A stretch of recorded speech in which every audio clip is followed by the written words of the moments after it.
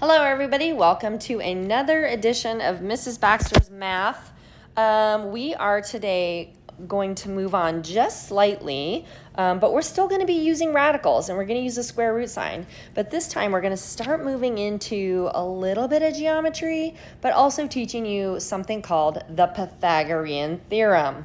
Okay, so the Pythagorean theorem was created by or discovered by Pythagoras, okay, and it is an equation which I'll show you here in a little bit, but it relates to right angles or right triangles, okay? So if you want to write yourself a note, just say right triangles, okay? And it helps us solve different sides. And you'll see here in a couple days how this applies in real life, okay? This is also something that you are going to see on the ACT or the SAT, whichever one you decide to take. Okay, now another note that I want you just to kind of have in the back of your head, because we've been talking about radicals, okay, is remember in PEMDAS, right? Parentheses, exponents, multiplication, division, addition, subtraction. Well, we have the exponents, right? Exponents is like x squared, x cubed, x to the fourth, right?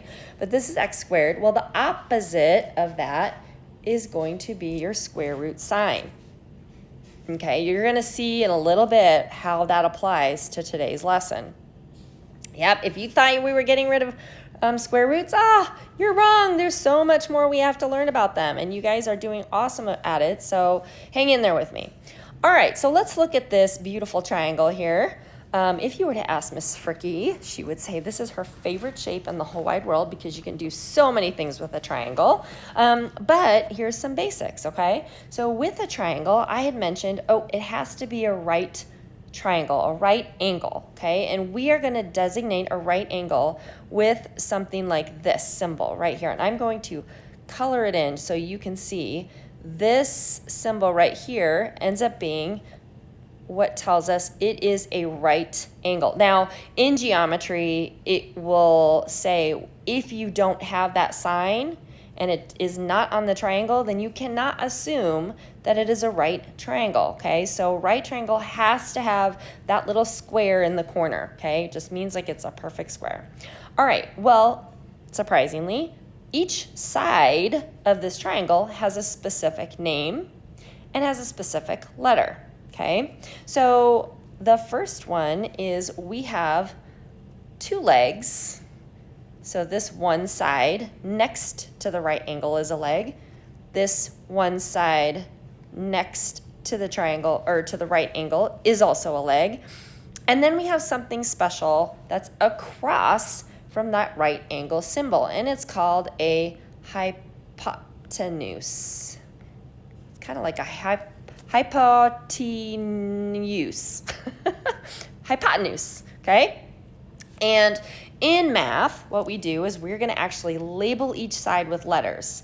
And when it comes to the legs, it doesn't matter which is A and which is B. So we can say this is side A, this is side B, but it does matter. The hypotenuse is always C, okay? The hypotenuse is always across from the right angle, okay? So that just kind of leads us into our definition of what is a leg and what is a hypotenuse. So if we come over here, let's make sure we write in our definitions. The definition of legs is the side, I should say the sides of a triangle that form the right angle, okay? And if you want to write yourself a quick note, that would be A and B, okay? Now, the hypotenuse is the longest side.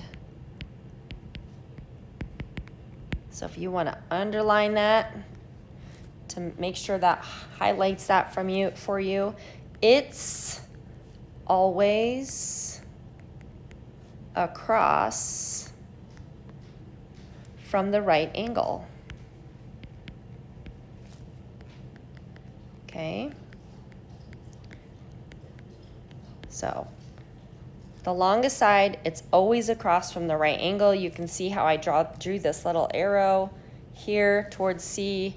That's what that is. And if you want to write yourself a little note and just says, this is equal to C, just so that you know it's always C, that will help kind of give you a little reminder there. Okay, so in this box, this is the most important thing. It says if you have a right, hold on, I don't like this, too blobby. If you have a right triangle, then a squared plus b squared equals c squared. That is our Pythagorean theorem right here, okay? This right here is very important. A squared plus b squared is c squared, where a and b must be the triangle's legs, and c is always the triangle's hypotenuse, okay?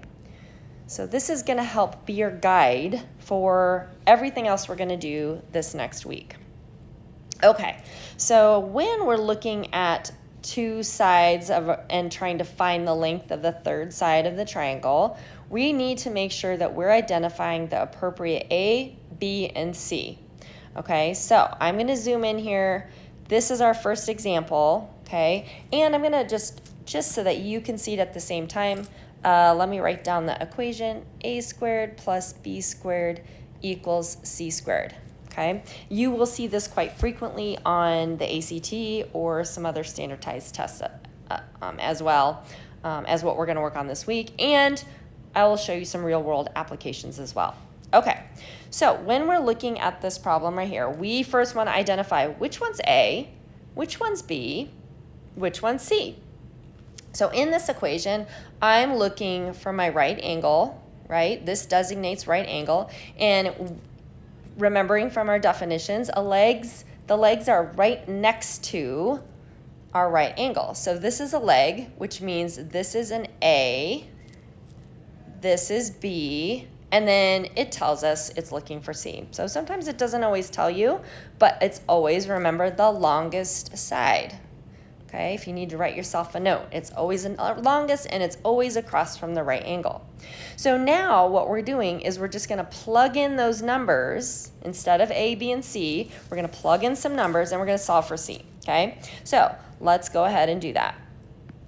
So I'm going to start with A squared. So I'm going to write 15 squared plus B squared, which is 8 squared, equals, and we don't know what C is yet, but we have to write C squared, okay? Now, when we are plugging this into our calculator, I want to make sure you guys remember how to do it. So make yourself a little note here. So calculator, okay? I'm going to show you how to do the little keystrokes with that. Now, looking at your calculator, I hope you remember the little caret sign. This is the caret sign. It's above the division sign, okay? You are going to type in 15. Go ahead, type that into your calculator. Press the caret button, and then you're going to type in 2. So this is the same as 15 squared, and then you're going to hit equals, okay? Now, the equal sign should get you, let me see what I get, 225. Hopefully that's what you got. And then you are going to do the same thing for 8 squared. So 8 caret 2, what does that equal? Well, that equals 64. And then we don't know what C is yet, so it's still C squared. All right, so now we're just going to add these two together, right? And then we're going to plus those together. And we're going to get what?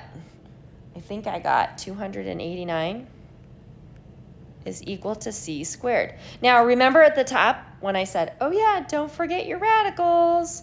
So way back here where I said, oh, what's the opposite of the x squared? Well, it's square root, right? So in order to get rid of, right here, this squared, okay, right here, in order to get rid of that, we're going to undo it with the opposite thing, which is, oops, don't want my highlighter, which is a square root. So you're going to take the square root of everything, okay? And how to do that, you're going to, in the upper left corner of your calculator, you're going to hit the second button. And then if you look for your x squared button, you're going to hit the x squared, which is 1, 2, 3 buttons down. It's like right underneath the math button. And then you're going to type in 289, and then you're going to hit enter. I'm just going to go E for enter, okay? And that will equal, well, hopefully you got 17. But when we take the square root of c squared, it just becomes c.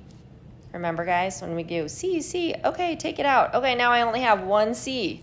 All right, so our answer for c is the longest side is 17.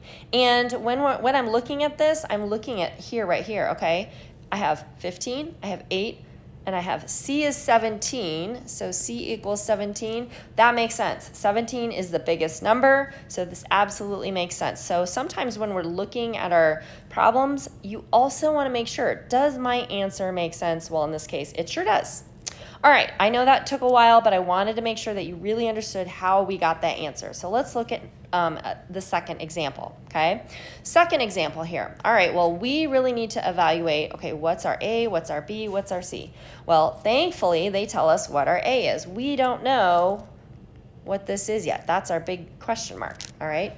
And then remember, we're looking for the other leg. So here, I can actually write A squared. We don't know what it is. Plus, what's our B squared?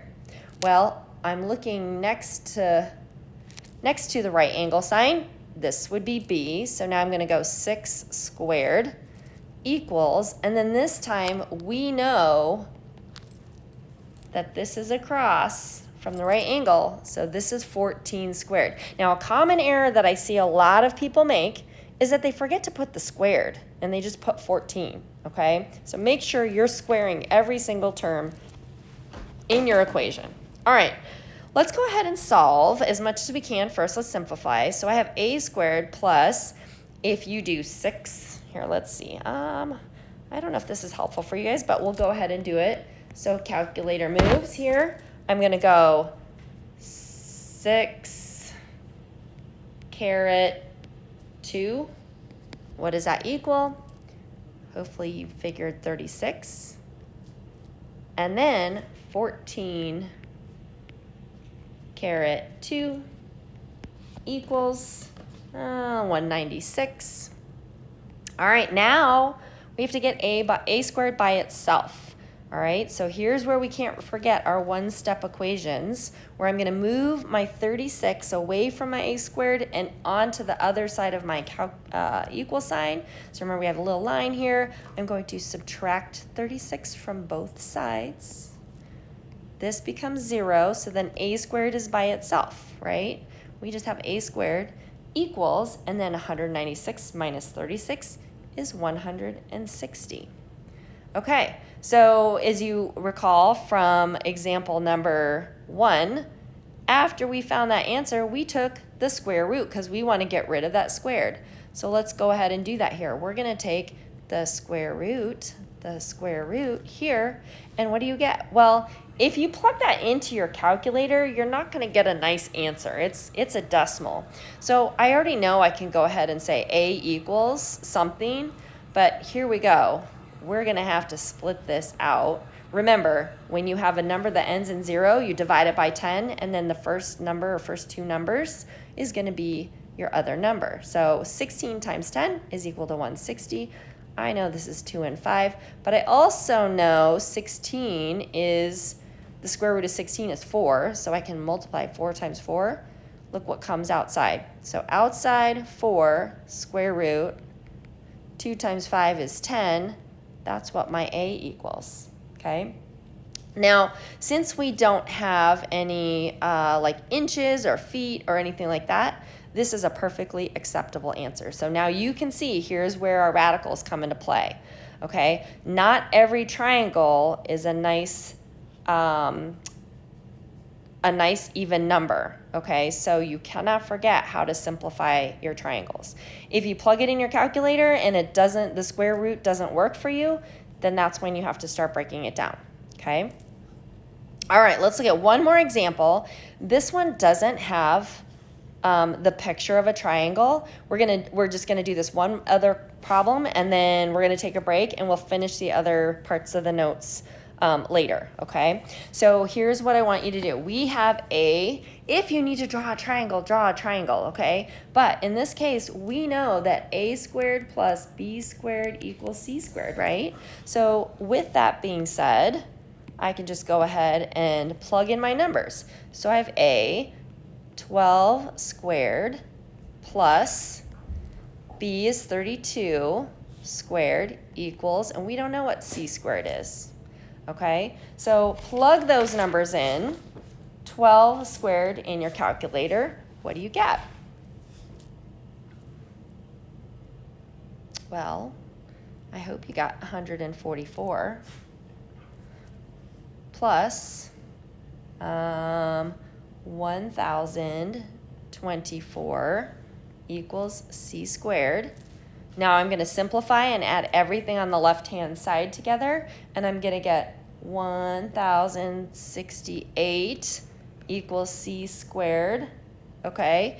When I plug that in my calculator, so if you did like your little calculator move right here, you're going to go second, right, x squared, and then you're going to type in 1168 and then enter. Well, you're going to get a nice, what are you going to get? You're going to get a decimal, okay? So decimal, blech. All right, whoops. All right, so what we're going to have to do is we're going to have to break it down. So let's do the square root of 1168.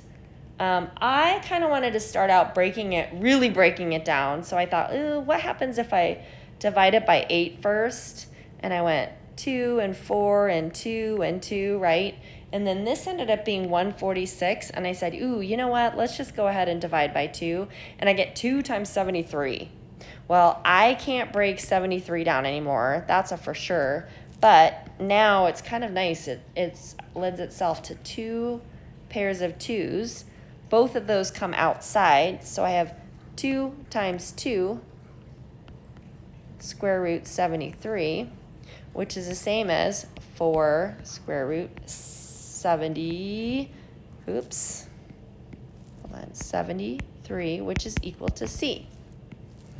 And this is our final answer, okay? All right, we're gonna stop right there. The homework I have, or the practice work I have for you, is really, it's all just the pictures of the triangle and solving the triangle, okay? If you get to a problem, because I know towards the end there's a radical in there, remember, when we multiply a radical by itself, so a radical times a radical, so say you had radical 13 times radical 13, what does that equal, you guys? Well, it equals 13, okay? So this is hint for the homework. Hint for the homework. All right? All right. Get as far as you can. You guys work with each other, okay? If you have a question, work with each other. I did leave the notes with the substitute. So if you have a question and they can maybe help you figure it out, please talk to them. Because guess what? Tomorrow we're moving on to new information. So it's really, really important that you do get some practice on this, all right? Okay, well, good job, and I will see you guys tomorrow.